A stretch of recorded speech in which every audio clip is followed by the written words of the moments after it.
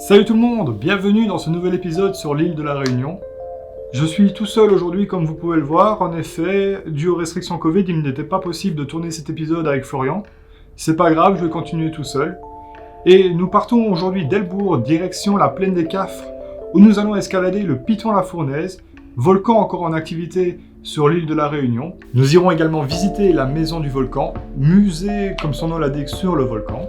Avant cela, direction l'une des deux distilleries de rhum de l'île de la Réunion, la distillerie Savannah, où nous avons pu faire une visite guidée de la distillerie ainsi qu'une dégustation des différents rhums de la distillerie. Malheureusement, la sucrerie adjacente est fermée au public pour cause de Covid, donc nous avons une vidéo explicative sur comment est-ce qu'on récolte la canne à sucre, comment est-ce qu'on en extrait le sucre. Ensuite, nous sommes partis visiter la distillerie Savannah. Aujourd'hui, on va faire une petite visite à la distillerie de Savannah, distillerie de rhum ici à La Réunion. On est à Sainte-Suzanne, un peu à l'est de Saint-Denis, donc on est vraiment au nord de l'île toujours. Il y a la sucrerie qui est à côté, avec la chaîne de production, mais qui pour le moment n'est n'est plus visitable suite aux mesures contre le Covid. Bon, du coup, on va aller voir la distillerie, c'est parti.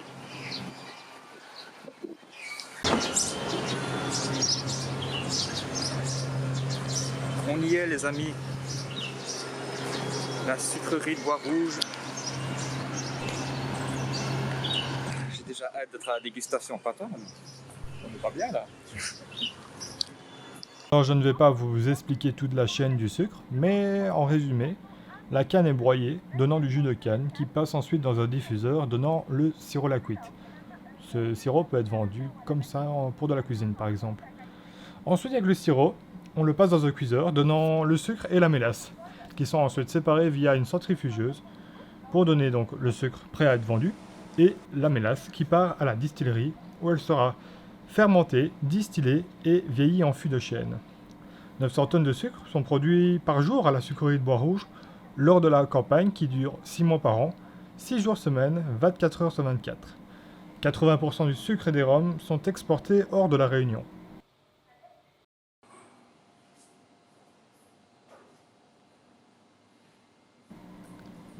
À la fin de la visite, une dégustation est de mise où l'on a l'occasion de goûter chaque sorte de rhum produite à la distillerie, ainsi que des confitures et sirops. Tous ces produits se trouvent ensuite dans la boutique Tafia et Galabé, à côté de la distillerie. Petit bémol, les livraisons ne sont pas exportables en Belgique. Je vous mets en description le lien vers le site de la distillerie. Ah ouais, c'est chaud.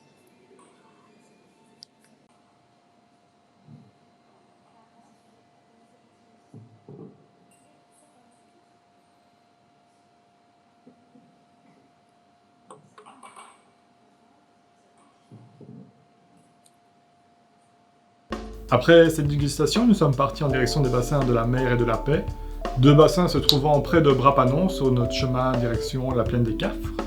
Arrivés sur place, des policiers étaient présents pour vérifier que personne ne se trouvait au bassin de la Paix. En effet, ce bassin est fermé car il y a eu des éboulements qui ont blessé des gens et également tué d'autres. Comme il n'y a pas de réseau en plus dans cet endroit, donc c'est d'autant plus compliqué. Du coup, ils nous ont réorientés vers le bassin de la mer qui, lui, est ouvert. Nous sommes donc partis en direction de ce bassin qui se trouve à 20 minutes de marche du parking.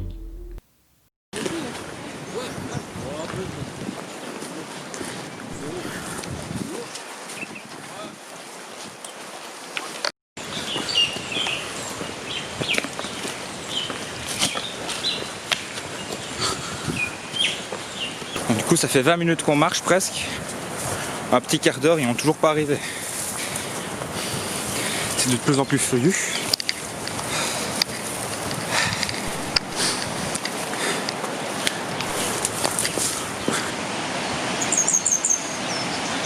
Parfait.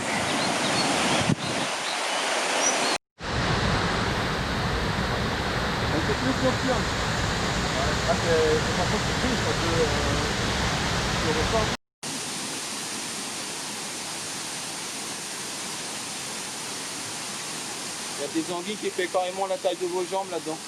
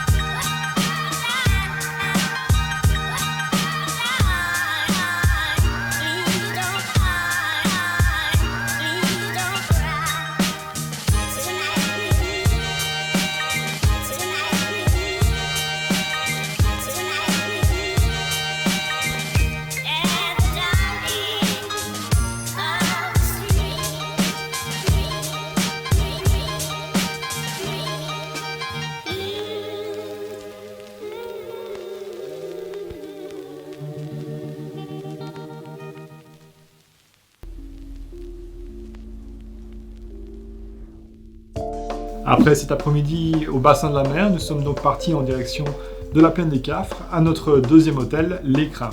L'Écrin est un hôtel assez simple, une petite chambre avec une petite salle de bain, mais c'est en forme de bungalow, donc derrière le bâtiment où se trouve l'accueil, se trouve un jardin avec les différentes chambres en petites maisonnettes. Il y a également un jacuzzi qui est disponible, mais on n'a pas pu y aller à cause du Covid, encore une fois.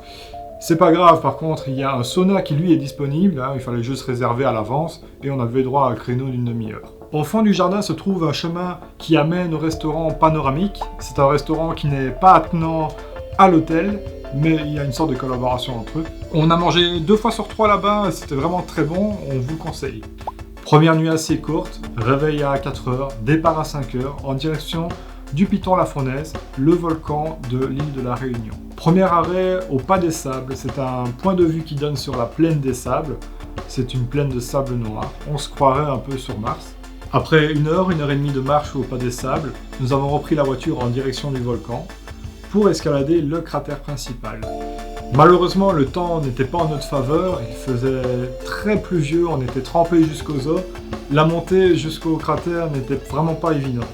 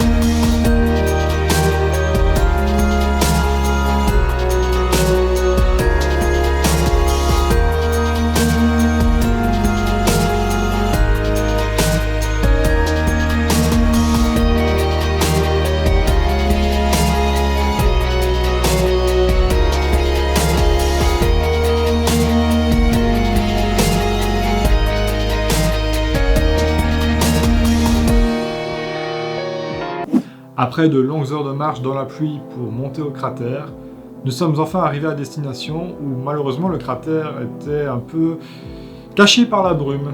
Après quelques minutes d'attente, le cratère s'est dégagé et nous avons pu enfin apprécier la vue sur celui-ci. Il était temps pour nous de redescendre donc du cratère avec le soleil qui pointait enfin au bout de son nez, mais non sans conséquence car on avait oublié de mettre de la crème solaire. Et ça c'est un conseil que je vous donne, on est à 2000 mètres d'altitude là-bas, donc un truc à faire c'est de mettre de la crème, parce que même à travers la brume et la pluie, on s'est fait littéralement cramer la gueule. et franchement, c'était vraiment pas cool. Néanmoins, la descente était beaucoup plus sympa que la montée, car on a pu enfin apprécier une vue sur l'enclos du volcan.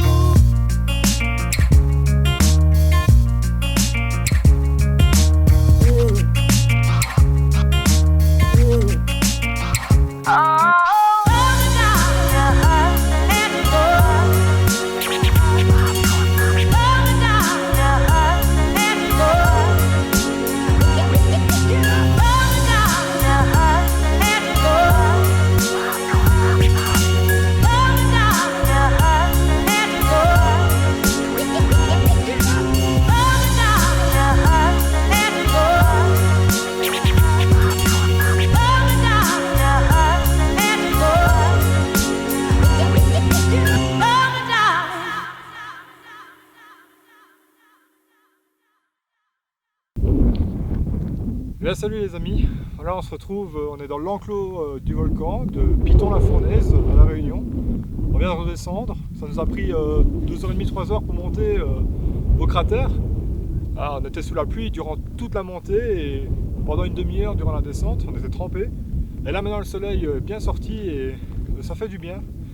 Mais en tout cas c'est vraiment exceptionnel comme paysage, je vous recommande. Levez-vous bien tôt le matin pour venir et prendre le temps de visiter cet endroit. Petit détail, sur la route du retour, il y a un cratère, le cratère Commerson, qui est vraiment profond. Ça vaut vraiment le coup de s'arrêter parce que c'est à côté d'un petit parking. 2 minutes de marche et vous êtes au cratère. Il est vraiment impressionnant, ça vaut vraiment le coup d'œil. Après cela, nous sommes rentrés et on a profité de notre fin d'après-midi ainsi que de notre soirée qui fut assez courte. On a été dormir assez tôt car on était fatigués.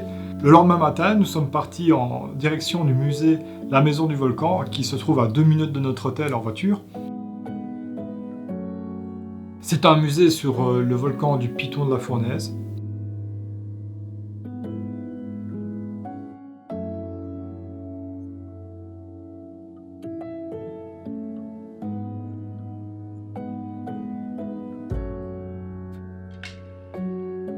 On peut y voir beaucoup de choses différentes, notamment comment un volcan fonctionne, comment l'île s'est formée, plein de pierres volcaniques différentes, comment la nature reprend ses droits au fil des années après le passage de la lave.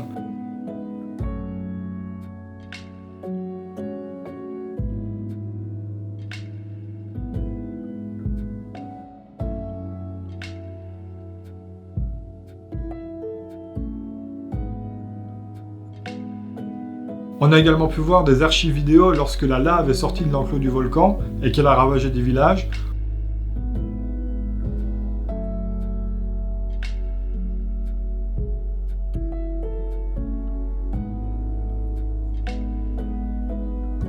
On apprend vraiment beaucoup de choses, c'est vraiment super intéressant. En plus de ça, c'est très interactif, donc pour les enfants c'est génial. Par exemple, il y avait des écrans avec des questions pour, après avoir parcouru la salle, voir si on savait répondre aux différentes questions, c'était sympa. Il y avait également un petit écran qui permettait de jouer à Dieu et de faire péter un volcan dans tous les sens. On apprenait donc aussi pas mal de choses sur les différents types d'explosions d'un volcan. Donc voilà, c'est vraiment un musée que je vous recommande si vous passez par là. Il est vraiment super. C'est 9 € l'entrée par personne, 2 € supplémentaires pour un cinéma 4D qui dure 10 minutes, en rapport avec le volcan. Et vraiment, ça valait le coup. Après notre visite au musée, il nous restait encore l'après-midi à remplir. On a été manger un petit bout et ensuite direction Boiscourt. C'est un point de vue qui donne sur une falaise avec des petits villages tout en bas. C'était vraiment super impressionnant. Si vous passez par là, il faut absolument vous arrêter. C'est vraiment époustouflant. Ça vaut vraiment le coup d'œil. Après cela, nous sommes partis au col de Bellevue. C'est un point de vue qui donne sur la route reliant Saint-Benoît et la plaine des Cafres. C'est la route que nous avons empruntée pour venir à la plaine des Cafres, où nous avons pu déguster une petite bière locale avec une vue magnifique pour conclure cette partie à la plaine des Cafres.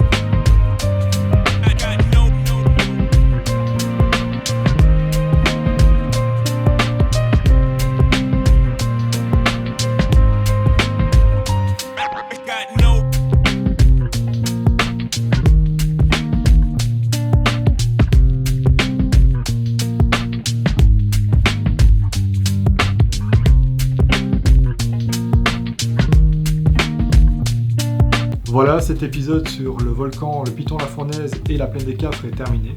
On se retrouvera dans un prochain épisode pour la côte est et sud de l'île de la Réunion. Je ne vous dis pas encore trop ce qu'il y a. Je vous mets également les liens en description pour le restaurant, l'hôtel, le musée, ainsi que la randonnée pour monter jusqu'au cratère. À nouveau, je remercie Boston pour l'utilisation de ses musiques. Merci à toi. Je vous mets également en description les liens vers nos réseaux sociaux, Instagram et Facebook. Il y a également notre adresse mail. Et je vous remercie d'avoir regardé cette vidéo et je vous dis à la prochaine. Salut!